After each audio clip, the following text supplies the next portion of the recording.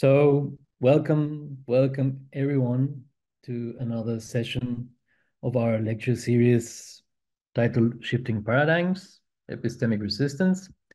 My name is Jorge Vega, and I have the honor of serving as your moderator today. We are deeply privileged to host a very timely and important conversation with the distinguished Catherine Walsh under the title Global-Colonial Reconfigurations from Palestine to Ecuador. This event is organized by the COCO, the Colonial Research Group, and the Student Coalition Berlin, which are groups of students concerned about, but also active against the genocide of Palestinian people.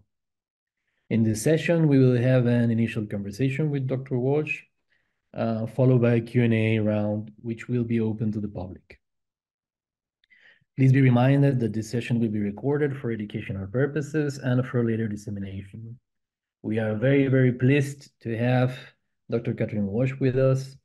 She is, with no doubt, one of the most important voices within the decolonial debate, with several outstanding achievements as a scholar, but also as an intellectual militant, as a pedagogue, and as a writer. She is a former professor and founding director of the Latin American Cultural Studies International Doctoral Program, which was the base for more than 2 decades of decolonial thought, decolonial praxis at the Universidad Andina Simón Bolívar in Ecuador, where she also coordinated the chair of Afro-Andean Studies and Afro-Andino Document Fund. She has been a faculty member at the University of Massachusetts in Amherst and Boston, a visiting professor at Duke University, a fellow at the Stellenbosch Institute for Advanced Study in South Africa, as well as an invited professor and lecturer in different places in all 5 continents. She is the author of more than 300 publications in various languages, including most recently Rising Up and Living On, Re-Existences, Sowings, and Decolonial Cracks from Duke Press in 2023, Cracking the University, Intercultural and Decolonial Reflections for Life, which was published in Mexico in 2023, On Decoloniality, Concepts, Analytics, Praxis, alongside with Walter Mignolo, also from Duke Press in 2018. In 2019, she was awarded with the Frantz Fanon Lifetime Achievement Award by the Caribbean Philosophical Association, which is one among several public tributes she has received in recognition of her extraordinary work. We are extremely thankful to her for accepting having this conversation with us. So thank you very much, Dr. Catherine Walsh. So I guess I will start, since this is probably the last lecture of our series, and it's also a conversation about how can we understand coloniality as it's unfolding right here and right now. I would like to start asking you for your opinion about what we pro-Palestinian students, but also scholars and activists in the West, about what we are facing in terms of persecution, silencing, censorship, and also criminalization. For example, here in Berlin, just in the next 18th of April, there will be an attempt from the local authorities to approve a law that will eventually allow Berlin universities to expel students if they don't comply with rules of conduct against what they consider to be, quote unquote, anti-Semitic behavior, which is obviously a law targeting to silence the student movement against the ongoing genocide. I mean, we also have already students facing trials for using a university room to protest in the so-called Free University. And well, this is happening in universities where also, for example, the word decolonization has almost been wiped out from the curricula. But there has also been a major campaign outside universities to demonize, to criminalize any kind of attempt from artists or human rights activists to show their work in the city, to gather in the city, if they dare to talk about Palestine. So, for example, in the next 12th and 14th of April, it is planned to happen a gathering of intellectuals and human rights activists in Berlin, which is called the Palestine Congress. And it has been demonized in such a way that you could even find in the walls and screens of public transport pieces of the officialist press calling the Congress a quote unquote summit of hate, and with many other like defamatory labels. So now it's the case. This is the case for Berlin, Germany, but where we are situated. But we know this very well that this kind of handbook of demonization is also going on all around the global north, and these do not differ much from what other pro-Palestinian movements are also facing in Latin America or the U.S. Like for example, in the case of Jairo Funes, the decolonial researcher in the Texas Tech, who was facing expulsion. And also of course, in the occupied Palestine, our last talk, from our series, for example, which was planned to happen with Dr. Nadera Shulf-Kevorkian, was cancelled precisely because of this, as a consequence of the persecution she has faced from the Hebrew University in Jerusalem. And this is because of her anti-Zionist stance. So in short, I would like to ask you, how can we make sense of these attacks on academic freedom, freedom of speech in general, especially within these supposedly liberal societies? How would you interpret these silencings, especially through the lenses of the colonial thought and through the understanding of current, ongoing coloniality? So please, Doctor. Thank you, Jorge. Thank you for the question, for the opening, and thank you for the invitation to share time with all of you today. I think it's really important to recognize the incredible work that the DeCoco Collective, the Student Coalition, and the other collectives supporting this event have been working on since December. I think this is one of the few spaces in Germany, but one could say globally, where an ongoing discussion is happening about the Palestinian concern and issue and genocide occurring. So to be part of this special space is an honor for me. So thank you, Jorge, again for the invitation, and again to the collective and to the other groups supporting this initiative, which is so important. So as you mentioned, the case of Jairo Funes in Texas, the case of Nadera and the Hebrew University, but there's also another that just happened in the past couple of days. The University of Cologne, and there in Germany, just a few days ago, sent a letter to the renowned professor Nancy Fraser, eliminating her naming as in 2024 as an Alberto Magnus professor chair at the University of Cologne. So one more name to add to the long list of prominent scholars, faculty in the global north and the global north that have been continued to be defamed, questioned, sanctioned, punished for refusing, silencing, and speaking out. So I think this says a lot about what's happening with the university today, right? Based on your reflections and question about how we understand this kind of politics of silence and silencing, and what I understand as now the global university, uni in big letters, right? How a certain model is taking place, not just in Germany or in the global north, but also in the global south, about a new model of university, which is, I think we have to say, part of and complicit with the reconfigurations of global colonial power today. And thinking of this global colonial power as a kind of system, right? As a matrix of power that's not static, but that keeps taking on new forms, that's in constant mutation and reconfiguration, which reminds us of what Aníbal Quijano, the Peruvian sociologist, wrote about and spoke about many years ago in terms of the coloniality of power, which is something that's not static. Global colonial power keeps reforming, keeps taking on new forms. And Quijano's invitation when he began to talk about coloniality and to develop the notion, the concept, the idea of coloniality, not as a theory, but as an idea, as a way to analyze what's going on in the world.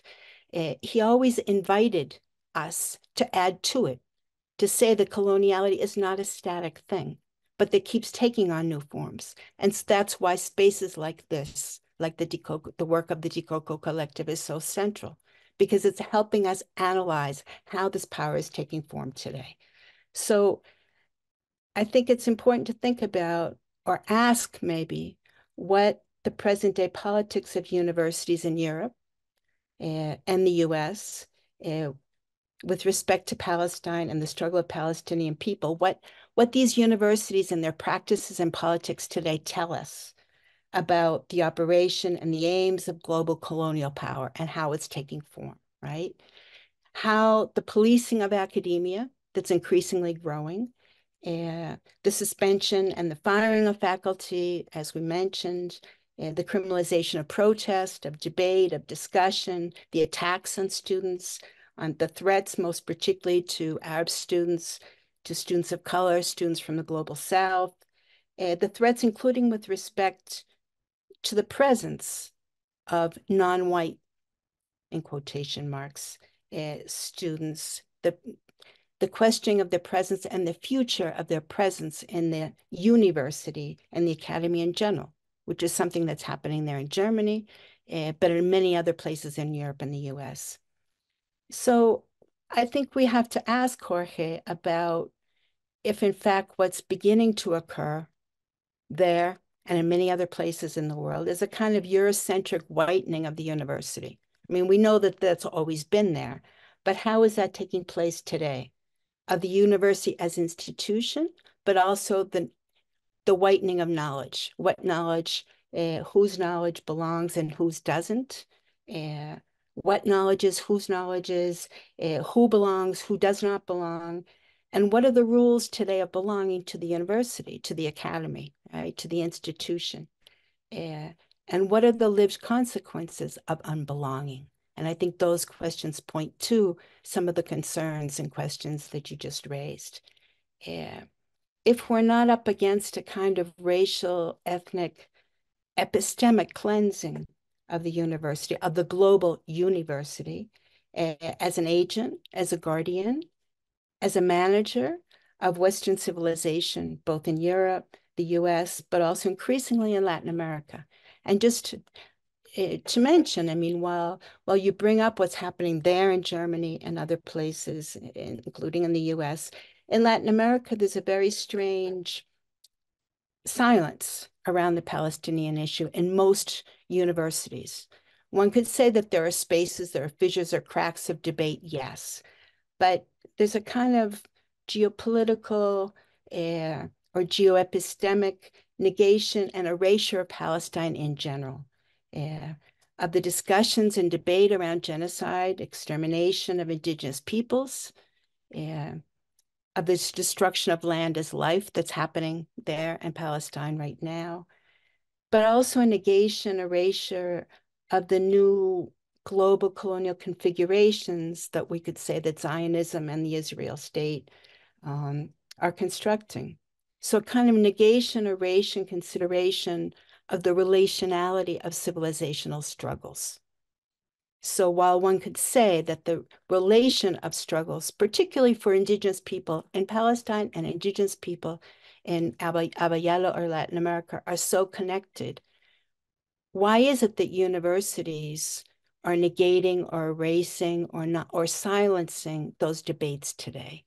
Why are they not present? So in my movement, frequent movement around Latin America and in different universities here, I continue to be amazed at the lack of debate and presence of these struggles that, at least an open debate, and assume it as part of responsibility when I go to different universities to bring the issue into discussion.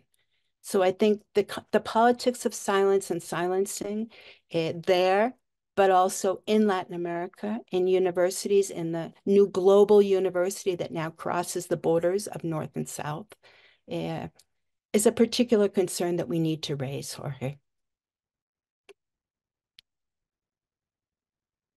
Yeah, definitely.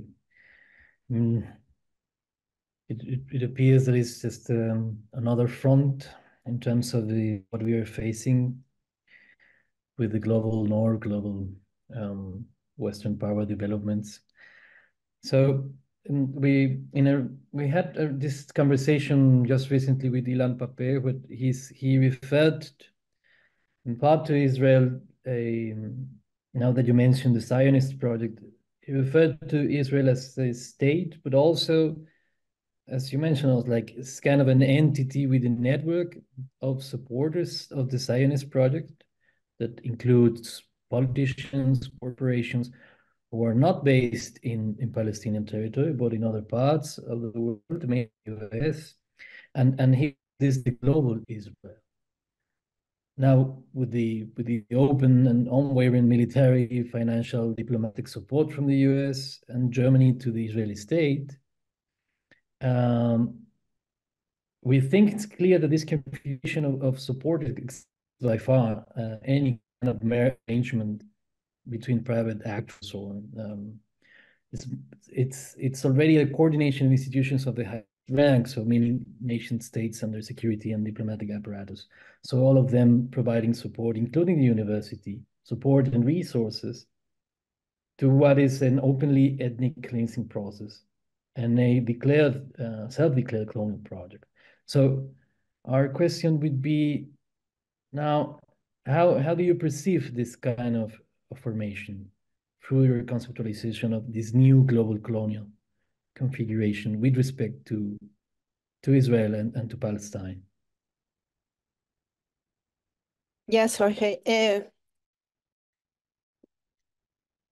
I think Ilian Pape's conversation about global Israel, as you mentioned, which was at the January 11th TCOCO discussion, is extremely important to bring into the reflection here. I'm also remembering Anester Yunus and Hannah Altier's discussion in February in the TCOCO series about their discussion of the New West. And I think those two are, the notion of global Israel and the New West are intricately intertwined.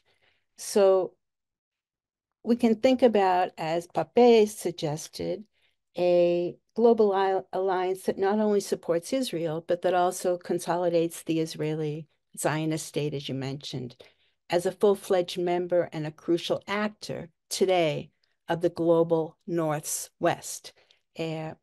So from my perspective, I mean, obviously we could have a very long conversation about this, but from my perspective, there are at least three interrelated elements at play in this now consolidated membership. And so one of the things that I think is important in our conversation today is to begin to show what this global colonial power, as it's beginning to mutate or take on new configurations, looks like, how it begins to construct itself. So again, in my sense, there are at least three interrelated elements that I wanted to mention. The first is the issue of race.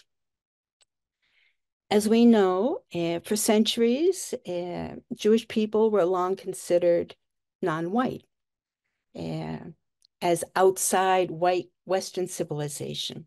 However, and as Gilbert Achaka argues in a recent text of just this past March, which I can recommend, called The Whiteness of European Jews and the Misuse of Holocaust Memory, which you can find in internet. As he argues, in the aftermath of Holocaust and the formation of Israel, Jews' position in the global North transformed from racialized minorities into fully white members of Judeo-Christian society. So Jews became white in the Western notion, but also part of a redefinition of Western civilization as now Judeo-Christian, where we could say that at least before World War II, the notion of Western Christian society or civilization was the main.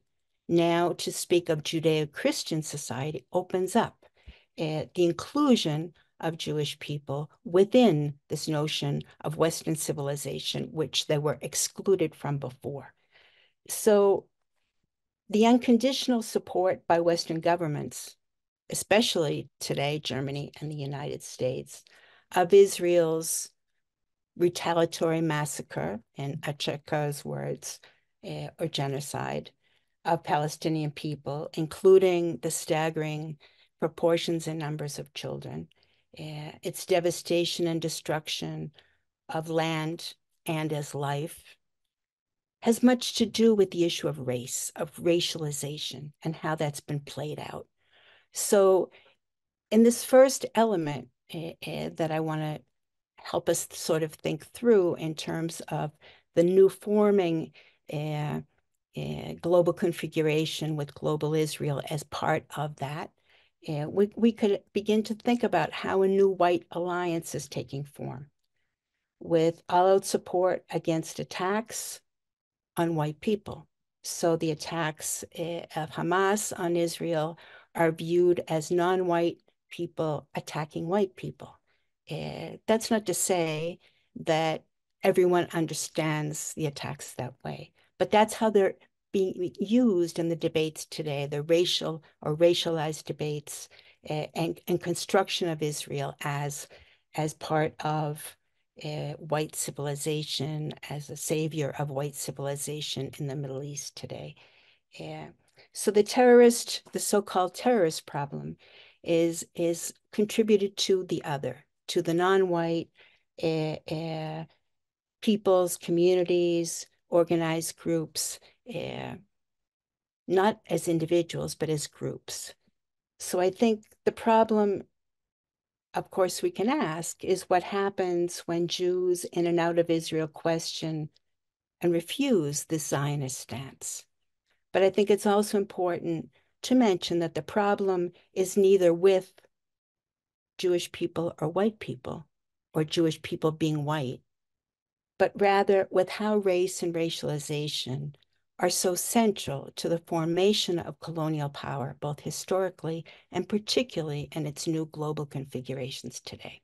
So race is the first element that I wanted to mention. The second is the issue of state.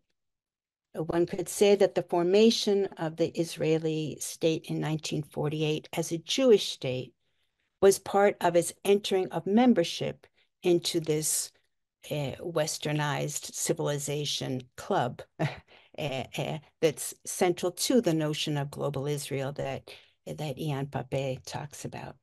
So the support of the UN and the westernized world in the formation of the Israeli state as a Jewish state, but also the ways that race, that religion, and the Zionist ideology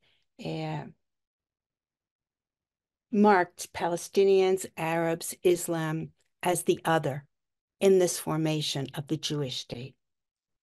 A state, without a doubt, that was formed on the basis of being a settler colonial state, but a state as well willing and able to offer, since its very formation, expertise to right-wing groups, to regimes, especially in Latin America, as we can talk about later, in intelligence and counterterrorism, a state that assumed from the outset a strategic collaboration with and a support of Western interests, and most especially Western or interests of the United States. So the issue isn't with whether the Jewish state should exist or not. No, of course not.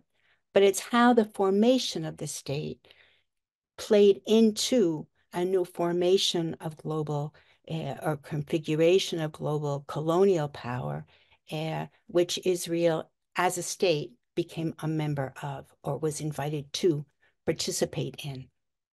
So that brings me to my third element here, and that's the issue of power, right? To think about how the evidencing of settler colonial power and relatedly global colonial capitalist power to sustain and strengthen interests and dominion of the global North and West. So the first and the subsequent Nakbas, the colonial control, occupation, elimination, that's happened in Palestinian territory since the beginning of the first Nakba in 1948, could be seen as sort of emulation of and evidencing to the West of how the Israeli state, the Zionist state, can show to the West that it is also a colonial settler entity, like so much of the West has been. To show as well its international expertise as an underground actor in many of the US's dirty wars in Latin America, for example, which are well documented, but also since October of 2023, how Israel is now widely considered as an outpost of both Western civilization and, in a sense, of white power or white supremacism in the Middle East. Today's unconditional support, we could say, for the Zionist state by most, if not all, of Europe, especially Germany, and by the US, obviously, with its funding of the war and its recent arms shipments to Israel, is evidence of Israel's increasingly central role in the new configurations and shifting reconfigurations of global colonial power. So taken together, Jorge, I would say that these three elements begin to show how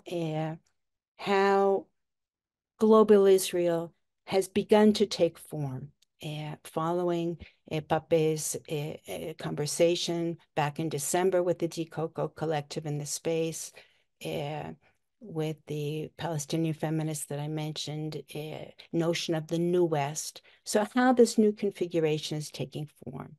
A configuration of power, yes, but where race and racialization, where the very notion of a certain kind of state within a global structure of Western power, and also the way that that power is enacted, particularly a colonial settler power, play into how global Israel is part of this new configuration.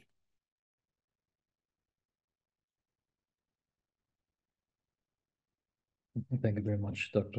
So now, following on, like the title of our talk, we would like to ask, what is it that is happening in Ecuador that it could actually could help us to understand this ongoing coloniality, this new configuration? How does Ecuador play into these new global colonial configurations you mentioned? Yes. Well, there's a long story to tell, but because of time, I'll try and give some tidbits of Ecuador's role in this new configuration, right? I think it's important maybe to begin for the people listening here to say a little bit about the rapid shift that Ecuador has made in the last several years from being one of the most tranquil, peaceful countries in South America to now considered the most violent country in the region. According to official data, the homicide rate is 46 per 100,000 inhabitants, which maybe even doesn't say much. Just in the past week, there's been more than 135 killings announced, and many more obviously not announced. So what is this shift? In part, it's one could say the growth of narco-based national and transnational organized crime that's taken the past few years to develop very, very clearly, particularly during the pandemic, but now after, but also a sophisticated industry of corruption,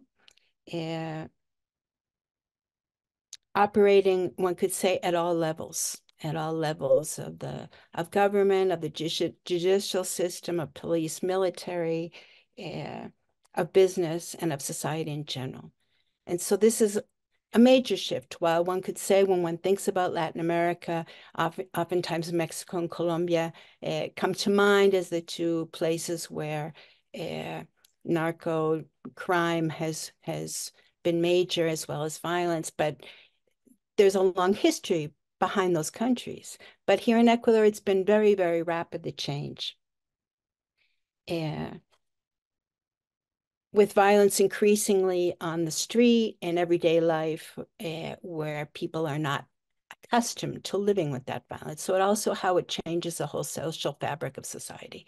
So just recently, in January of this year, the newly elected president, Daniel Noboa, made public a state declaration of internal armed conflict against criminal groups. What he terms, what the government terms, internal armed war against terrorism that calls for and enables a series of special measures, including with respect to security, to intelligence, to armed combat, and international advisement, support, and aid. Also in January, President Noboa affirmed Ecuador's support of Israel and said that Ecuador will not condemn Israel war actions of self-defense up against the terrorist threat of Hamas. Of course, Ecuador's support of the Israeli state is not new. It's part of a long historical relation, a relation that's regional. Latin America is the third world region, so-called third world region, with the longest and most continuous relation with Israel, both militarily and diplomatically. A relation that, as I would like to share with all of you today, has a particular history in Ecuador. So the history, let me say just a bit about the history of the relation of Ecuador and Israel. And I can also refer listeners to an interesting article published in 1986 by Bisara Babar, a author, associate director of Harvard's Middle East Institute, and now the secretary of the U.S. Palestinian Council. His article is called Israel's relation with Ecuador and Argentina, and again was published in 1986. I think it was in the Journal of Palestinian Studies. And as he says, Ecuador is one of the oldest friends of Israel in Latin America. So let me just briefly tell you a bit about that history. A history that began in 1947 with Ecuador's support before the UN in favor of the creation of the State of Israel, with diplomatic relations following almost immediately in the 1950s. Israel's military advising role here in Ecuador dates back to the 1960s, including the training of Ecuador's military and conventional warfare, and counterinsurgency tactics and high military level visits to Israel. And again, most of this is documented in Bisara Bahar's article. In 1963, Ecuador was the first Latin American country to adopt Israel's Nahal-type military agricultural programs, which used armed forces for agricultural tasks. Interesting, one can ask if this was not an interest not only of establishing new types of agricultural programs, but also a response here in Ecuador to the strong organization in the 1960s of campesino and peasant groups and their demands for land reform, right? So it's interesting how the military involvement in agriculture, supported by Israel's programs and advisement, happened to coincide with the strong protests around land reform and peasant campesino organization here. In the 1960s, Ecuador was among 12 Latin American countries that sent youth to Israel for military training. In fact, the entire graduating class from the elite military academy went to Israel in 1965. In the 70s, the Ecuadorian General Gustavo Banderas declared, and I quote, "For us small countries, Israel is an inspiring example of courage and faith, of ability and high moral standards," end of quote. In March 1977, a series of articles began to appear in the Israeli daily newspaper Haaretz, referring to a group of Israelis acting here in Ecuador in private capacity, and acting here in Ecuador, but also in several other Latin American countries, supplying ultramodern military equipment and advisement to help combat terrorism, right? So what's interesting and part of this history is not just with the Israeli government per se, right? But also how a growing presence of Israeli citizens in Ecuador began to take form, many tied to intelligence operations within civil society.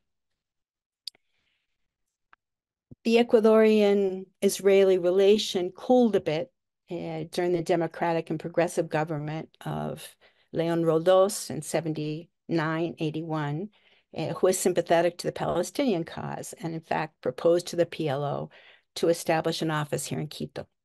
However, with the mysterious plane crash that killed Roldos in 81, Israel's relation was further strengthened. So in 81, Ecuador was the first country to buy Israeli Kiefer fighters. In 82, the Israeli-Ecuadorian military cooperation took on new levels with the shipping of Israeli arms to the dictatorship, and I should emphasize the anti-Semitic dictatorship in Argentina, using Ecuadoriana Airlines, a dictatorship that welcomed, as we well know, ex-Nazi generals and officials. So Ecuador was the pass-through, the collaboration, the way to get arms to Argentina.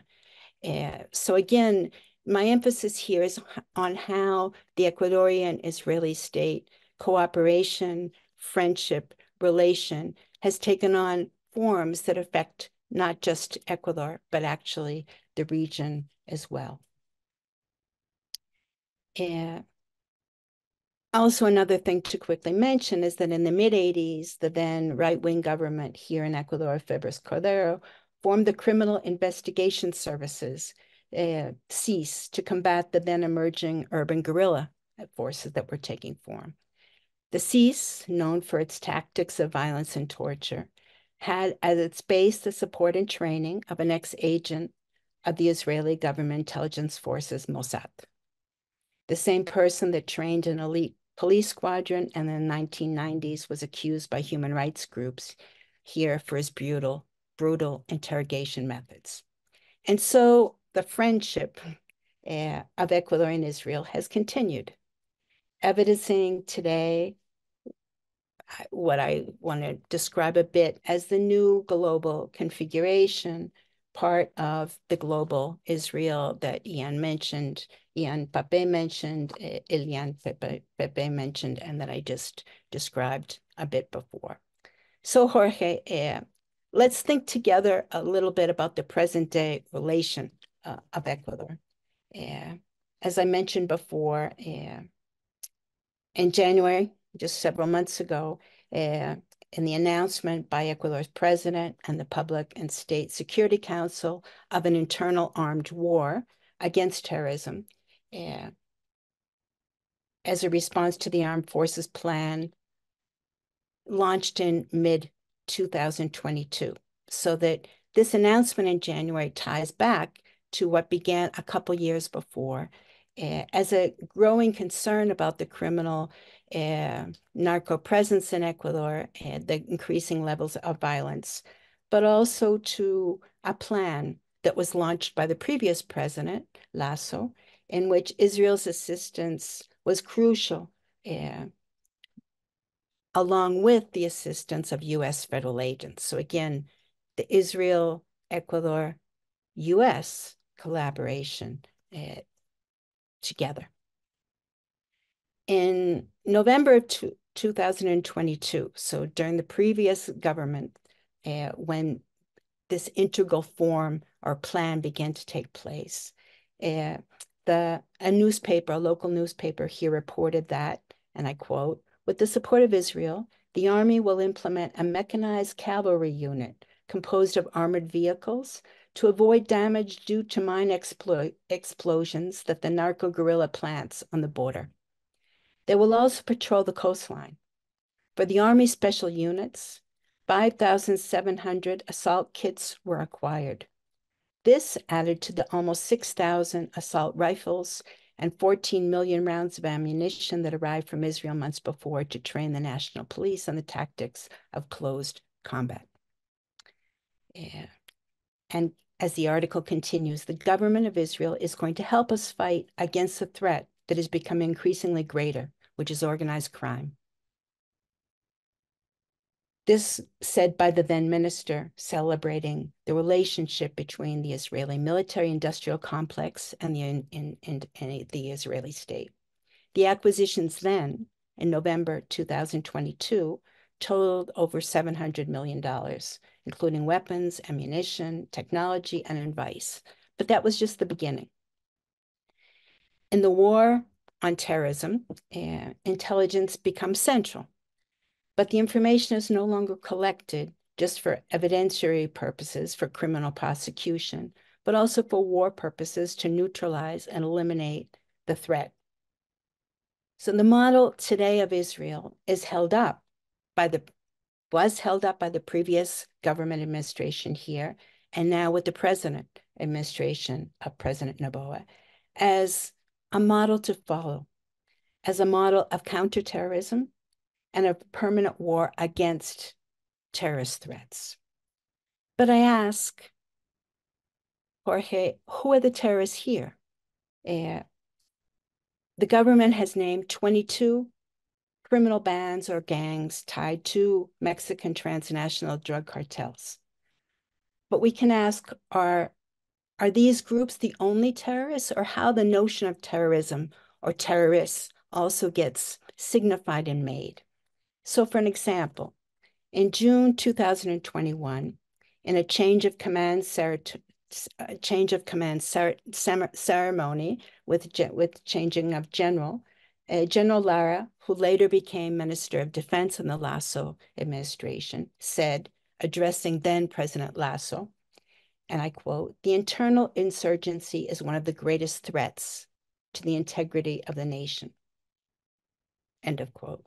Later, Lara, as Minister of Defense, and after the massive protests in June 2022, massive protests and social mobilizations led by the indigenous movement here, Lara named the indigenous movement as also terrorist, linking them to drug trafficking.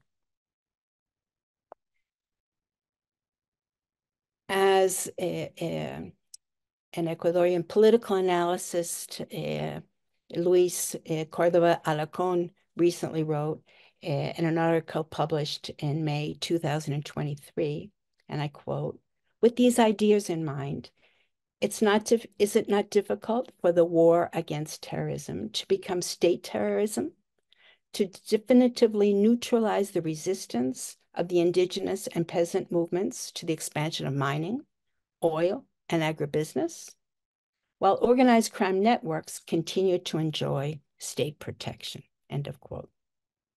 Of course, that was almost a year ago when Cordova wrote that text.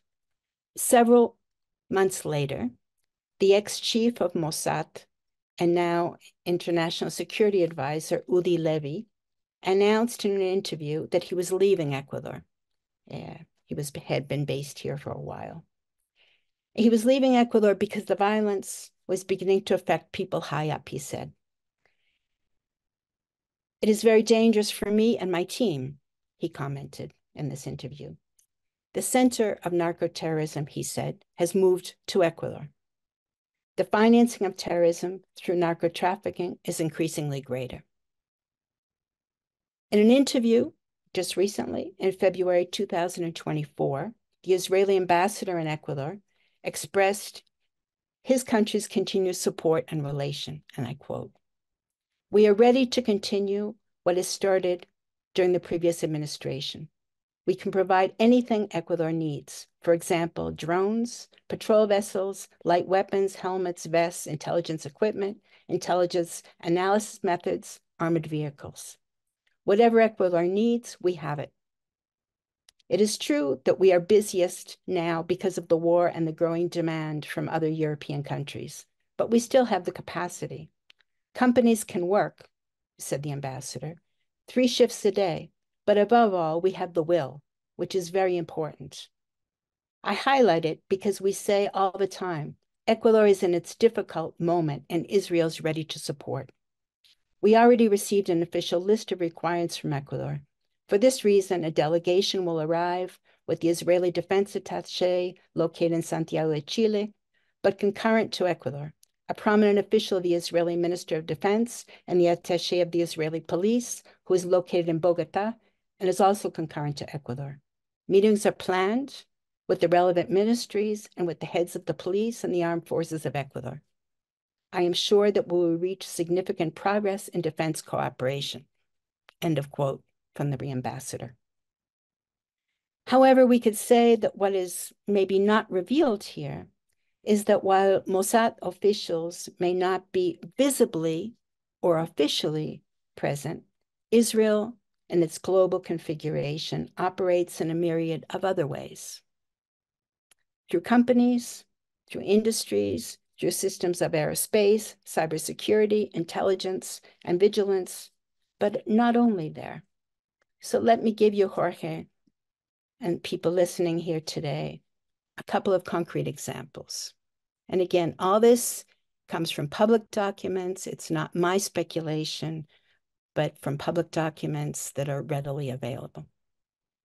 So for example, Ecuador's current Minister of Defense, Giancarlo Lofredo, is a trained instructor of the Israeli Tactical School in Ecuador, an academy focused on anti-terrorism protection with programs, as the school itself describes, in 14 countries of Europe, Asia, North America, and South America, and with instructors that come from Shin Bet, the General Intelligence and Security Service of the Interior of the Israeli state, from Mossad, and from the Israeli Navy SEALs, a military division that also coincides with the Shayatet 13, considered one of the best naval forces in the military world.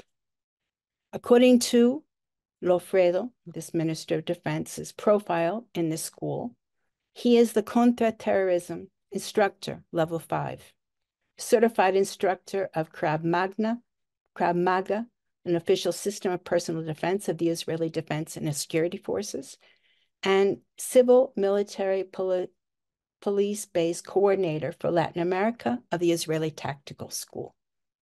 This is a reference from the social media press, Primicias. In terms of labor cooperation,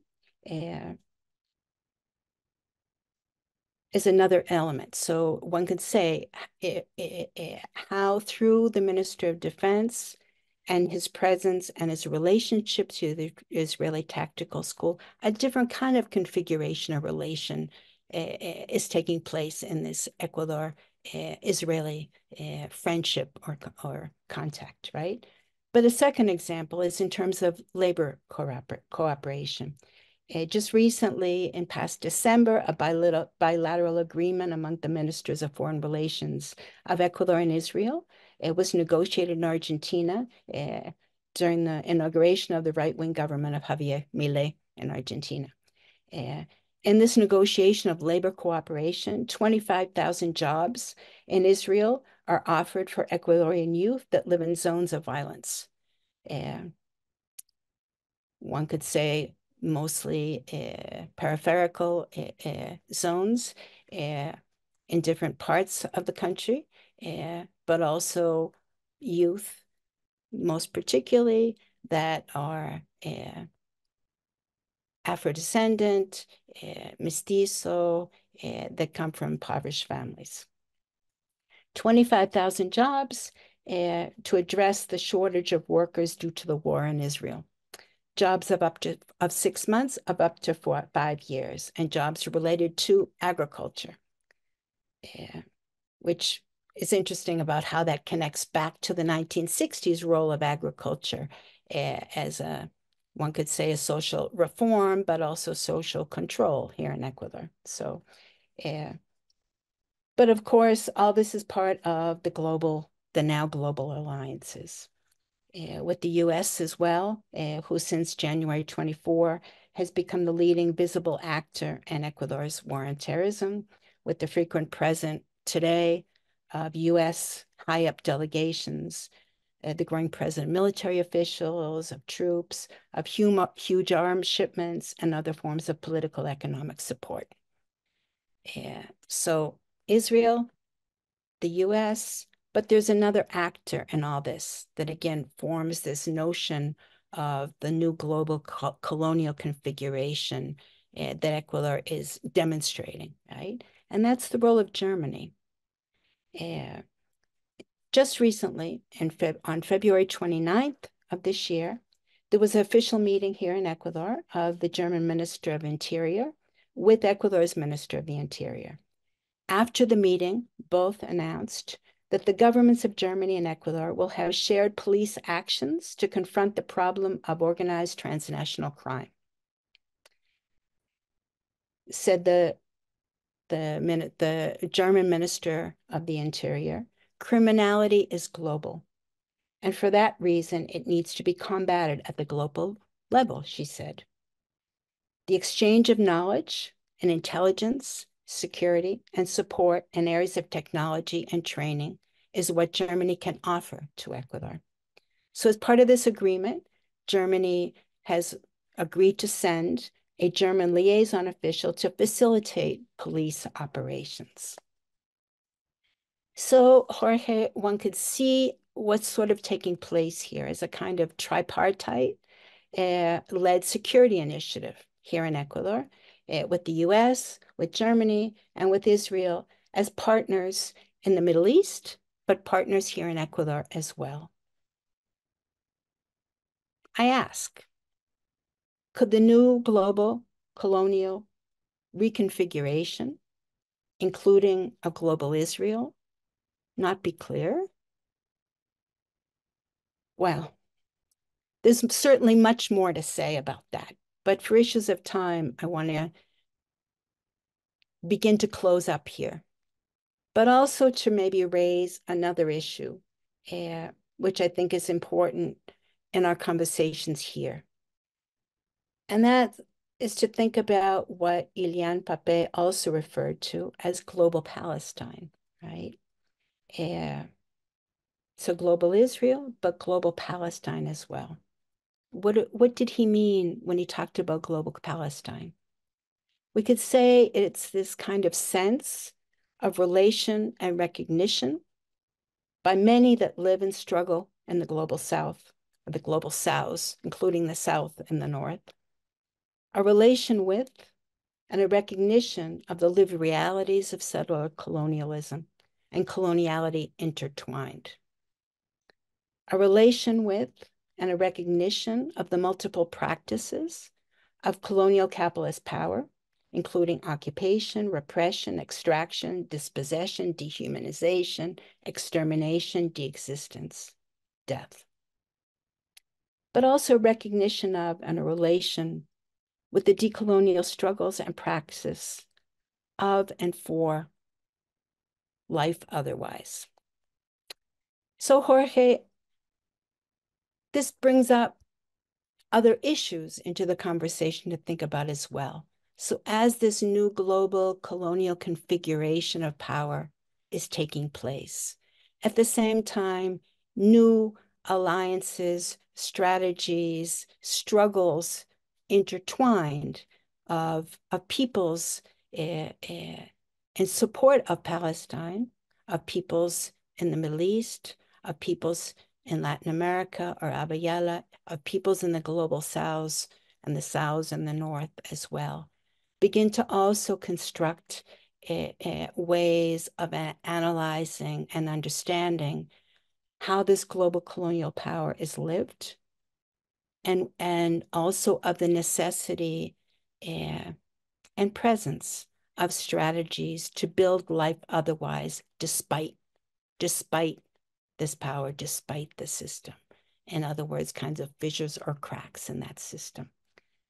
So I think this is part maybe of a new series of conversations that could take place in this space of the Dikoko Collective, of thinking about global Palestine as well.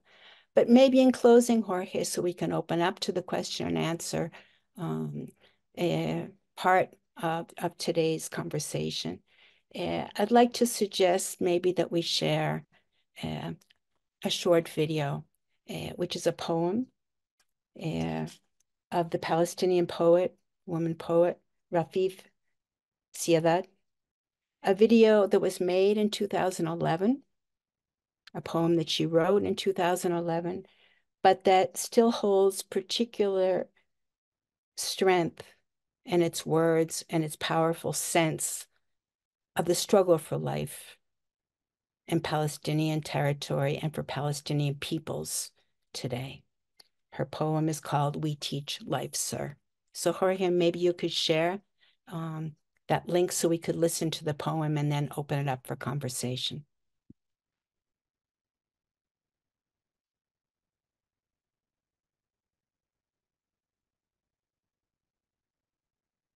I'll start with this poem. I wrote this poem when the bombs were dropping on Gaza, and I was the media spokesperson for the coalition, doing a lot of the organizing. And we had stayed up to about 6 o'clock in the morning, perfecting every soundbite. And by the end, if you're Palestinian, you know most Palestinians get tired and start pronouncing our P's as B's. So we become Palestinians by the end of the day. So I was practicing my P's all night. And the next morning, one of the journalists asked me, "Don't you think it would all be fine if you just stopped teaching your children to hate?" I did not insult the person. I was very polite. But I wrote this poem as a response to these types of questions we Palestinians always get. Today, my body was a TV'd massacre.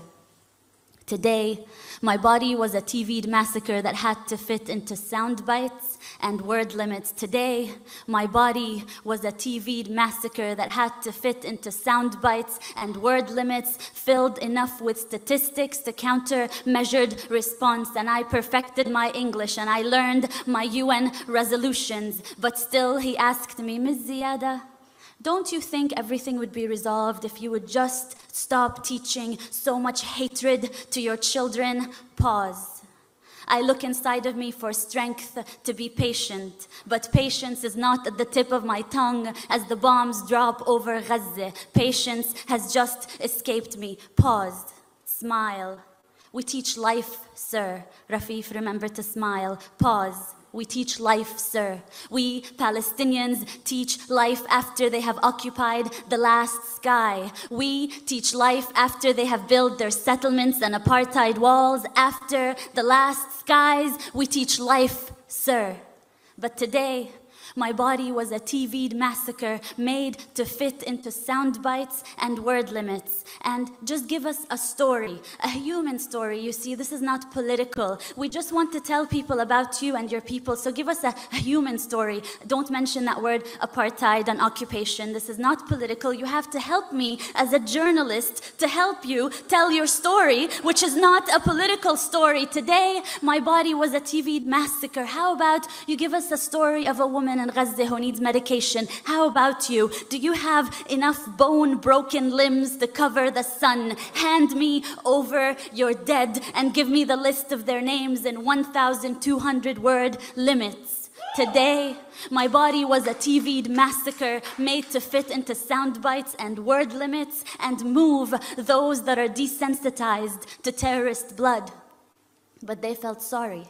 They felt sorry for the cattle over Gaza. So I give them UN resolutions and statistics, and we condemn and we deplore and we reject. And these are not two equal sides, occupier and occupied, and 100 dead, 200 dead, and 1,000 dead. And between that war crime and massacre, I vent out words and smile, not exotic, smile, not terrorist. And I recount, 100 dead, 200 dead, 1,000 dead. Is anyone out there? Will anyone listen? I wish I could wail over their bodies. I wish I could just run barefoot in every refugee camp and hold every child, cover their ears so they wouldn't have to hear the sound of bombing for the rest of their life the way I do. Today, my body was a TV'd massacre, and let me just tell you, there is nothing your UN resolutions have ever done about this, and no soundbite I come up with, no matter how good my English gets, no soundbite will bring them back to life. No soundbite will fix this. We teach life, sir. We teach life, sir. We Palestinians wake up every morning to teach the rest of the world life, sir.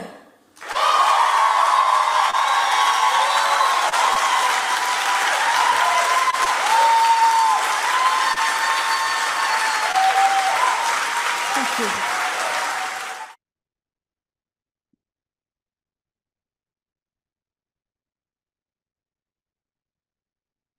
Thank you very much, Professor, for sharing this with us.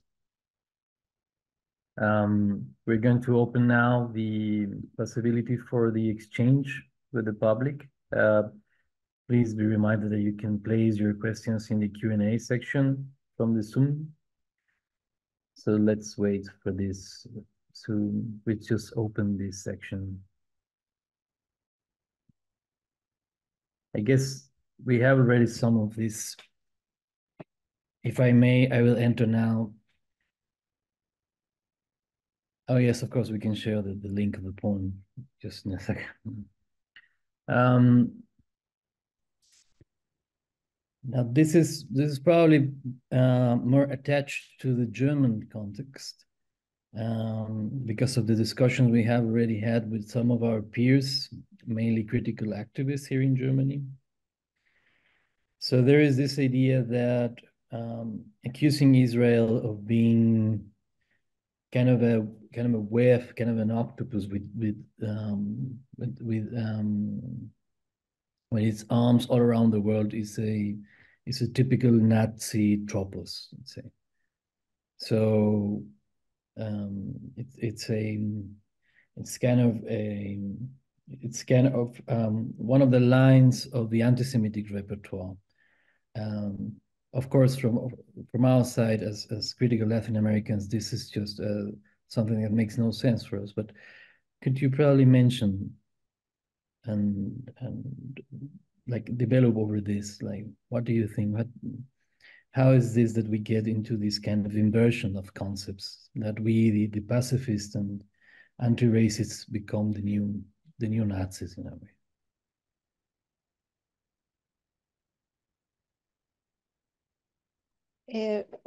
What you mentioned, Jorge, I think is part of also the ongoing conversations in the DCOCO series since December, of accusations sometimes of anti-Semitism and associating anti-Semitism with whatever critique of the Israeli state, Zionism as well. And as a number of speakers in the series have pointed out, from Moshe Zuckerman's first talk back in December to Elian Pape's, etc., that it's important to keep emphasizing that to critique the Israeli state, the Israeli military apparatus, is not to critique Jewish people, that the two are separate. However, as you mentioned, and at least in the German debates, which obviously I know less of, but as you've described it here, the notion of any accusation of the Israeli state is not just anti-Semitic, but it's also perpetuating a kind of growing Nazi trope, right? So I think it's again, how do we break apart the elements of these debates that are so passionate, that are so ingrained in both left and right discourses, particularly in Germany and the global north, but also increasingly in the global south as well. So my sense, and this is part of what I wanted to share with you and the public today, is to look at how coloniality, or what we could term this global colonial configuration, right, is beginning to take form. And then how it's not the same as the systems of power that allowed the Holocaust as a crime of humanity to take place. They're not the same as the growth and presence of fascism and Nazism back a number of decades ago in Europe, and particularly in Germany. The situation is not a replication of the past, but rather this new form of global colonial configuration where capitalism, today's forms of capitalism, are crucial here as well, but also forms of patriarchy, etc., right? Is in essence not just a repeat of the past, but a mutation or happening of something else. So I think it's important to try and separate the issues. Again, to understand that a critique of the Israeli state apparatus and increasingly thinking of global Israel as part of a global colonial configuration where Israel is not alone, but where Israel now has a key role as an actor, which maybe didn't have back before 1948, obviously, but how it's also changed since 1948, Israel's role. And now its alliance with the United States, with Germany, with other nations of the global West, is a shifting of power that isn't just about Israel, but it's also about how global Northwest power is reforming. It's how we understand colonial power, coloniality, as an emerging dynamic force that's taking on new elements today, and that requires new elements of analysis. So that's sort of a long response, Jorge, to what you mentioned. But I think it's also important to open up these conversations in debate, and not to erase or negate them, but to say they're important in our shared analysis and concern about what's happening in Palestine, but also what's happening in other places of the world today in terms of these configurations of power.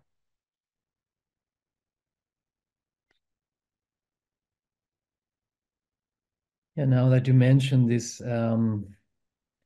how this is all related indeed with I mean, the developments of capitalism itself. Like sometimes when we saw these discussions around like the enemies of the West, and that are mostly, but not only portrayed sometimes as terrorists and so on, as you mentioned also in the case of Ecuador,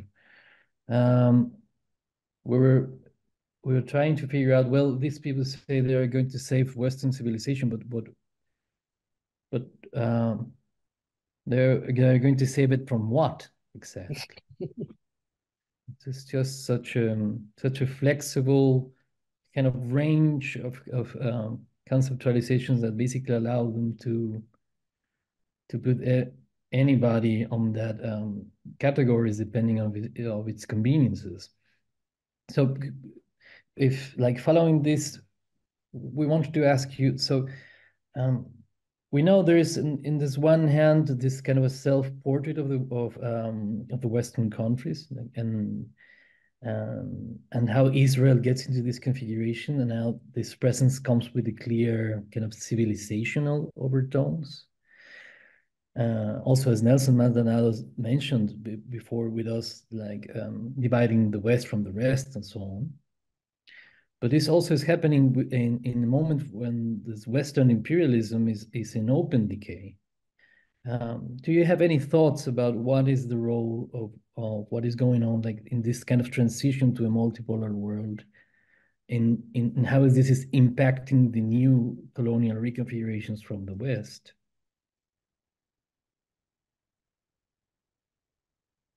Yes, obviously, Jorge, there's much that we could discuss about the so-called transition to multipolar world, but also, as what you said in the beginning, to save Western civilization from what, right?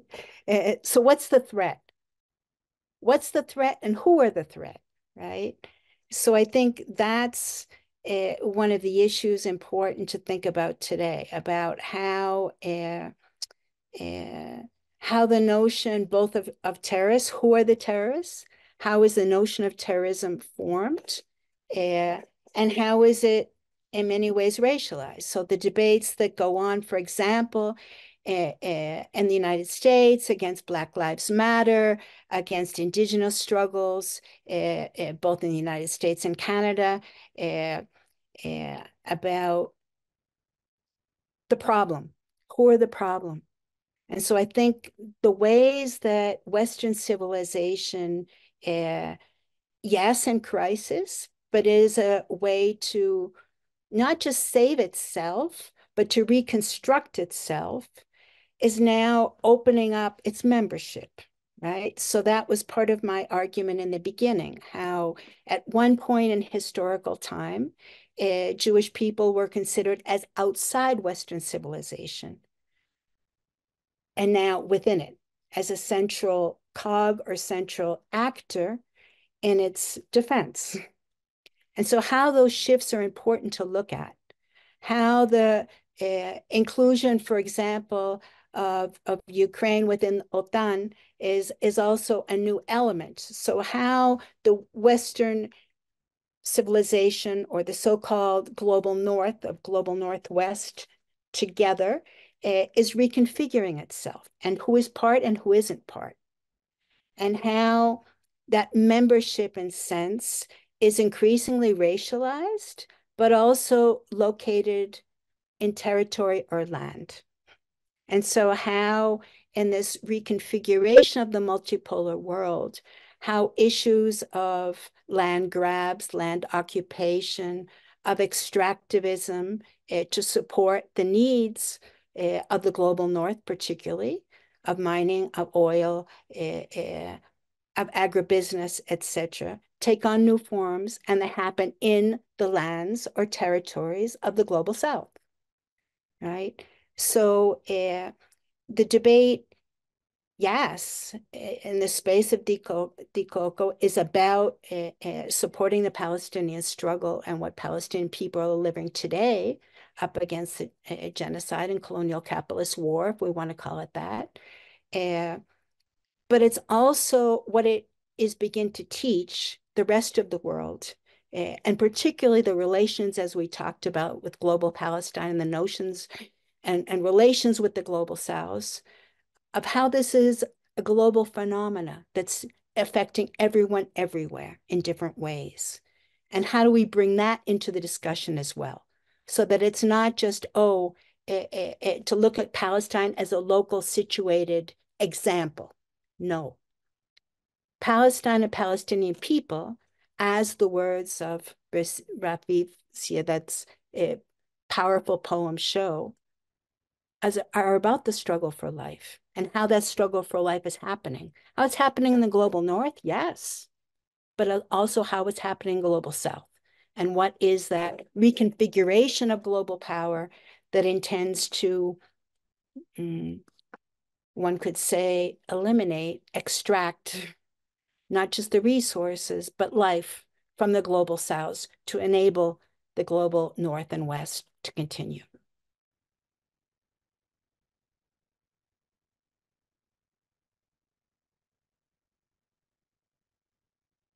Thank you, Professor. I think in one of our public, it says, I will read it out loud. So taking into account that this new global reconfiguration, does the dehumanization of Palestinians response to a different colonial logic compared to the one from the dehumanization of indigenous populations in the Abya Yala during the 16th century? Is this dehumanization different in a way?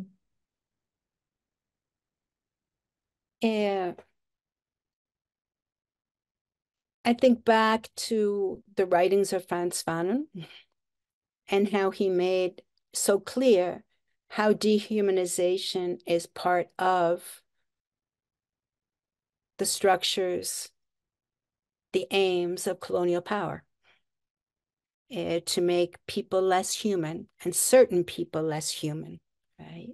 So how dehumanization is in fact a colonial and today global strategy that's existed, yes, for more than 500 centuries, if not more, but how it takes on different forms.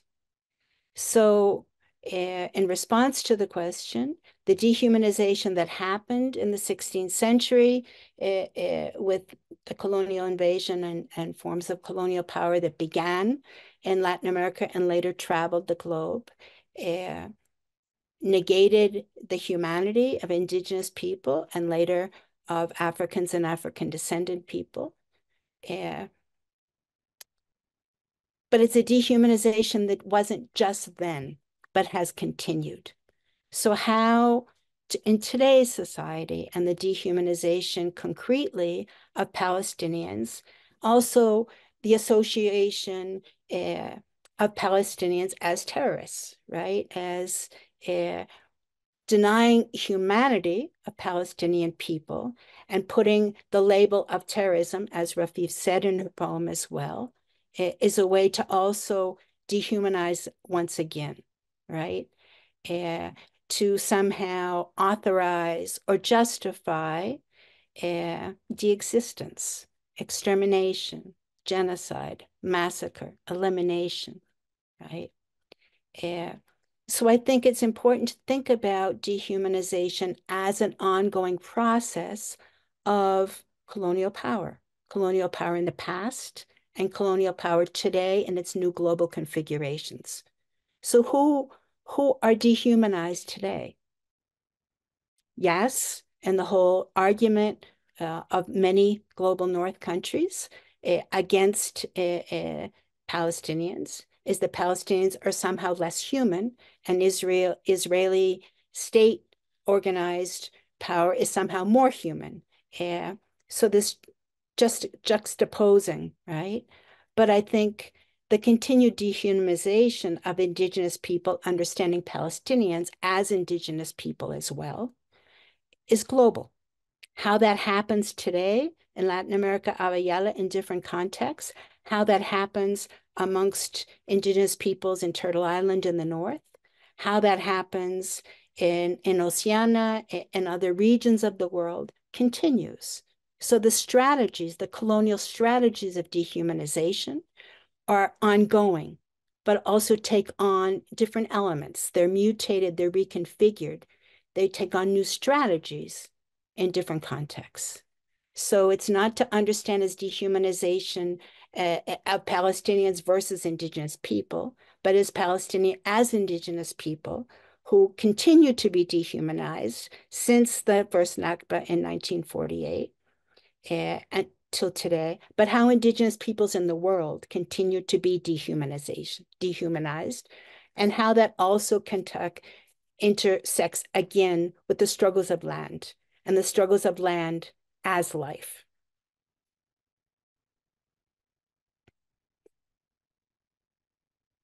It's also this who will be dehumanized later on. No? This reminded us from this the quote from Gustavo Petro, the president of Colombia, in the recent COP summit. He said something like, what is going on now in Palestine is just a preview of what awaits the global south in the face of the climate crisis. I mean, but do you think that in a certain way this is we are in the opening of like a further militarization, of further attempts to the system to become more violent? And I would like to bring on one of the questions from our public here, which is from an historian. It says, well, many thanks for the wonderful unpacking of the unfolding colonial reconfigurations in which Israel and Ecuador are allies in the West. So thinking as an historian, I know that such global alliances, like, for example, the alliance system of the Rome-Berlin-Tokyo axis, led to World War I and World War II, respectively.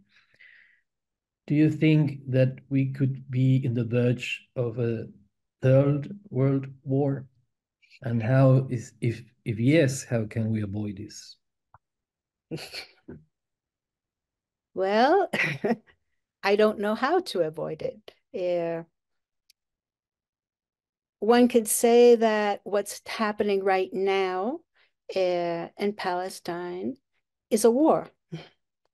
Right? How we understand the notion of wars and their pluralities and the ways that they take place in concrete territories is, I think, important also in a historical, in the relation of present past, right? Of thinking of history not as just the past, but also as the present. And so how those wars take form, who leads the wars, what is the mission of the wars, right? And obviously, what do they aim to construct? So whether, in fact, a third world war is about to occur or is in the making, certainly there's much evidence of that, yes. But I wonder if the ways that the wars of World War I, World War II occurred will be the same way that World War III occurs. Or if in fact what we're up against is something much, much more complex.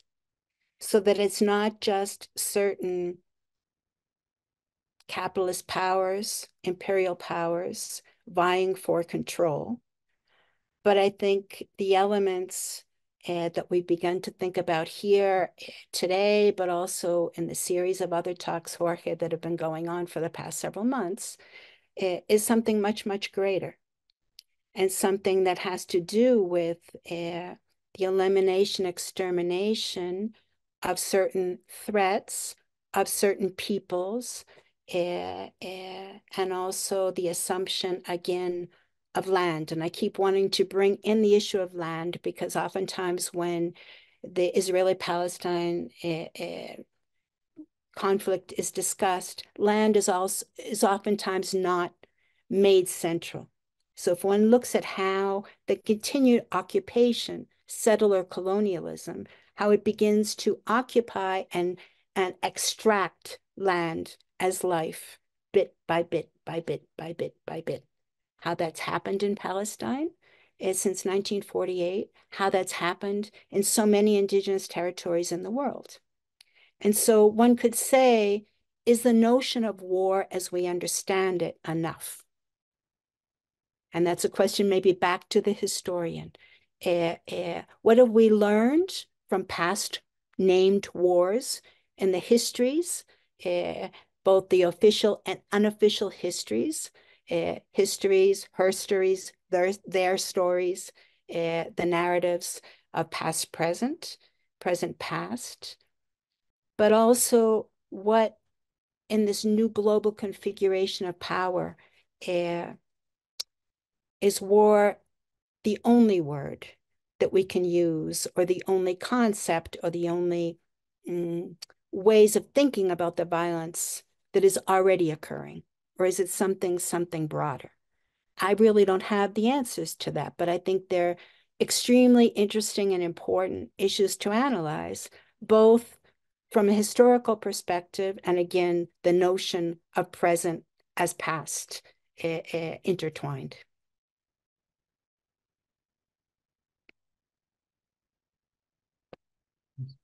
The concept of war and also the concept of the state, just like we see this, talking about the state of Israel, I mean, we see this list not only in the interventions in Latin America, in the Argentinian context, in Guatemala, in Chile, in Salvador, but not only there, and in Sri Lanka, in South Sudan, in Myanmar, Azerbaijan, in a way that it appears to have a function, like some kind of a division of labor within these alliances. It's mainly a security, surveillance, military, also military technology testing in a way. We have a question here specifically about the context of India, which works under these ideas too. It says, so what you just mentioned reminded me of what happened with Israeli diplomats, which date back to the 70s and 80s, where they helped them to organize and subsequently, through teaching propaganda tactics and funding the right-wing nationalists, brought them to power. So now India, although supports a ceasefire and sends aid to Gaza, keeps down at the ground level. There have been many rallies in support of Israel, and the right wing in general supports the genocide, because they have this kind of, in the configuration of the Indian nationalism, a shared enemy, which will be the Muslim population. Do you think that there is a repetition of this pattern, that Israel is getting support from these nations, like it's anti-Muslim? Definitely the issue of Islam is critical to the discussions happening today. So again, if we think about the ways that Islam is also part of the racialization of taking place versus Christian. So how Christianity is associated sort of a Judeo-Christianity with Western civilization power, and Islam as somehow the other, as the problem, as a potential terrorism, taking beyond religion and spirituality, right? So I think in the case of India, following the comments of the listener, it's also this dual notion that one can, as the listener mentioned, one can support the ceasefire, send aid to Gaza, at the same time to support Israel, and just support Israel, the Israeli state. How that is happening in many places. I mean, even the double discourse of Biden in the US, right? To continually call for a ceasefire. Yes, we have to do something, that it's reached proportions that are questionable now. However, he continues to send arms and military support to the Israeli state. So how do we understand this contradiction, right? And so I think, again, it's this notion of how, in this global colonial configuration of power, states that such as India, for example, have to assume that the idea of proposed, I guess you could say, by the notion of global Israel, the global configuration, is that yes, somehow civilization understood in Judeo-Christian terms is what needs to be supported. And so, yes, we have to support the Palestinian people. We have to support the famine happening right now in Gaza, call for a ceasefire. However, the power behind the Israeli state needs to be consolidated and supported. So I think it's this part of this multipolar configuration that you mentioned, Jorge, before, and about the increasing notion of states not as national states, but as global corporate states, the corporatization of state, that state is not just the nation state as once understood, but that it's part of this shifting, mutating, reconfigurating global configuration. That's why the issue of state, as you mentioned before, Jorge, also is so crucial in this conversation and debate, right? Is brought to mind is the struggle of the Kurdish people of Kurdistan, particularly of the PPK, to think about a confederation of Kurdish people that crosses maybe borders of different form states, but that doesn't form a new state, right? So I think in the analysis and discussions here, and going back to the reference to India, how do we understand the state and its operation? How do we move beyond simple national manifestations or conceptions of state and understand how state plays a crucial role in these global colonial configurations, but a role that is also shifting? And so to be part of today's system of power, states have to support or act towards the same global colonial configuration. And those that question it are those that are viewed as outside, as the other, as the global souths that somehow are less than the global norths. So again, it's the ways that the multipolarism is reconstructed, reconfigured. As you mentioned at the beginning of the talk, Jorge, the notion of the octopus, or I like to think about what the Zapatistas refer to as the Hydra, this animal with multiple heads, that they refer to as the capitalist Hydra. And I like to think today, thinking with the Zapatistas as the colonial capitalist, of how colonialism, coloniality, in its different multiple forms, keeps shifting. The heads keep changing. You cut off one head, another head changes. And some of the heads, actually, some of the faces have a smile, and you think it's an ally. And that's why also the left struggles today are so complicated, because of the ways that those alliances are also structured and who we think supports us in these struggles and who is really against us.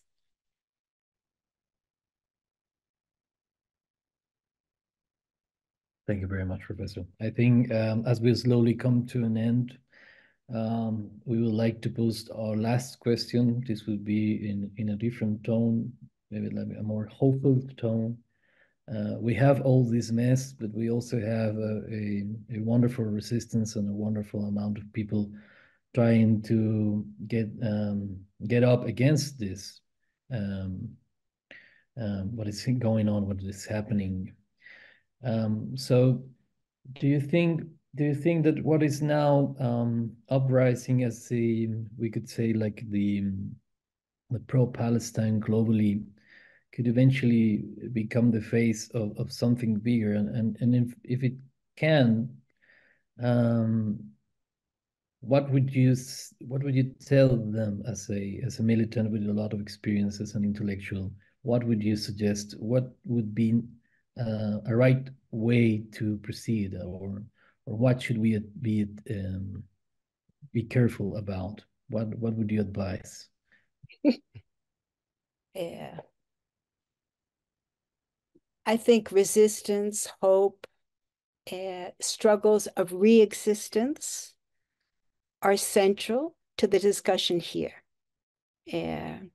Again, I go back to the poem that we all listen to, that we teach life, sir, right? That we Palestinians teach life, sir. Is that teaching of life not only, I ask, on Palestinian land, but a teaching of life to the world? So the struggles of Palestinian people today, that spite the system, that spite the Israeli-led colonial capitalist war, are about the teaching, the planting, the sowing of life against death, against the existence, against occupation, but at the same time for something else. And I think that is what links what we might term decolonial or decolonizing struggles throughout the world today, throughout the global south, but also the spaces of the south and the north, as you well know, Jorge. And so I think the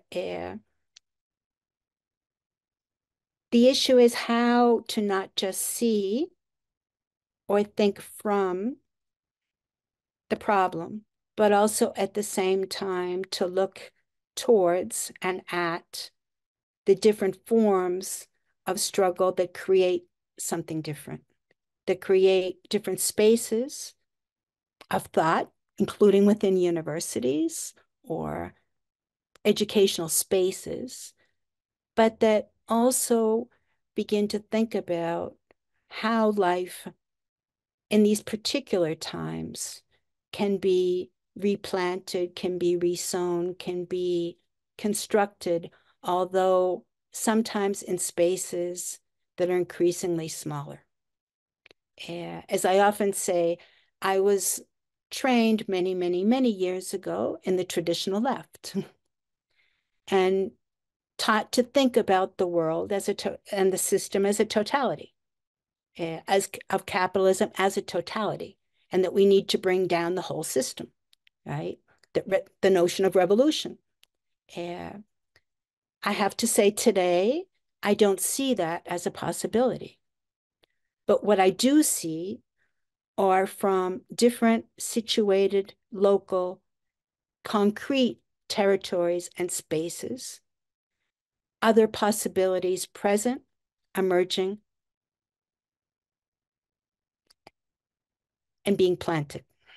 Those are the resistances, but also the re-existences that exist despite the system and that spite the system. And I think that's, for me, the possibility of thinking of hope today. Hope in small letters, not in huge letters, right? But to understand that the teachings that Palestinian peoples are offering to the world today are teachings about life against destruction and death, but about life as a possibility, as a hope, as an aim, but is also something concretely being planted, being sown, being cultivated in different places of the world. So while I don't have the answer or the solution, or I can't somehow envision something else concretely that could be, one could say, throughout the world or throughout at least the global south, what I do see are the increasing possibilities of connecting what I understand as these decolonial cracks or fissures.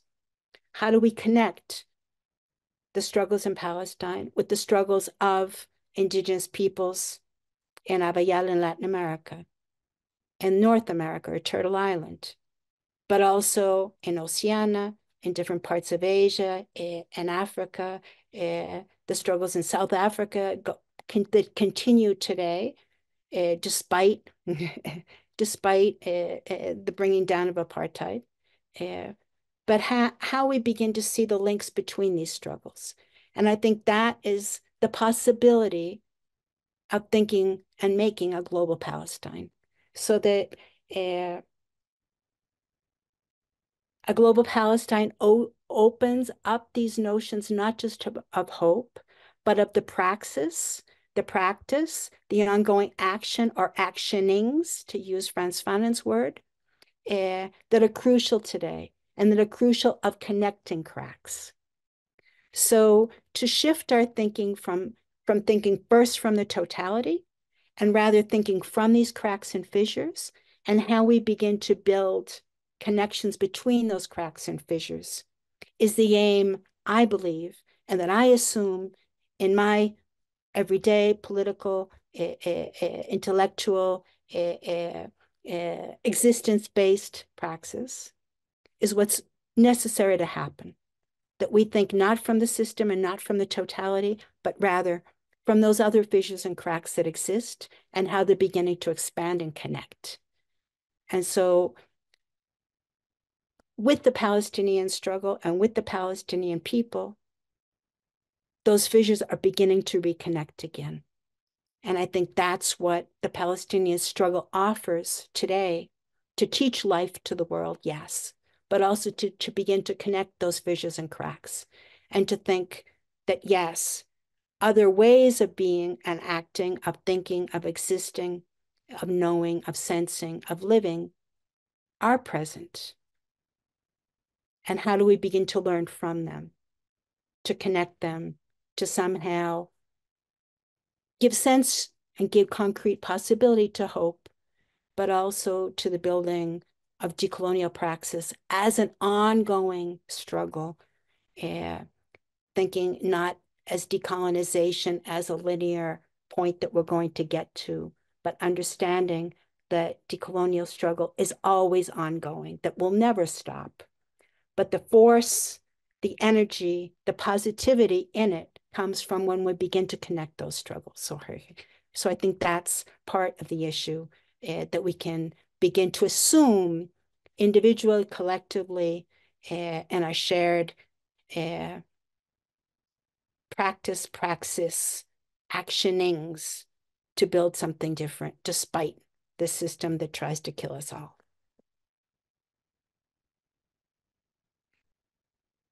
Thank you very much, Professor, for that wonderful shedding on light on our paths.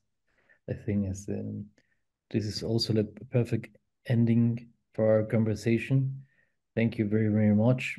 We really want to express our deepest thanks to you for sharing your perspectives, your knowledge, and your solidarity also with us. We want to thank also to all our participants for their presence, their questions, their interest in our topic. Please stay in touch. We remind all of you that you can keep informed about our lectures and events, just subscribing to our newsletter, following on our social media also from the Student Coalition Berlin. Please keep on supporting us. We are going into a very hard struggle.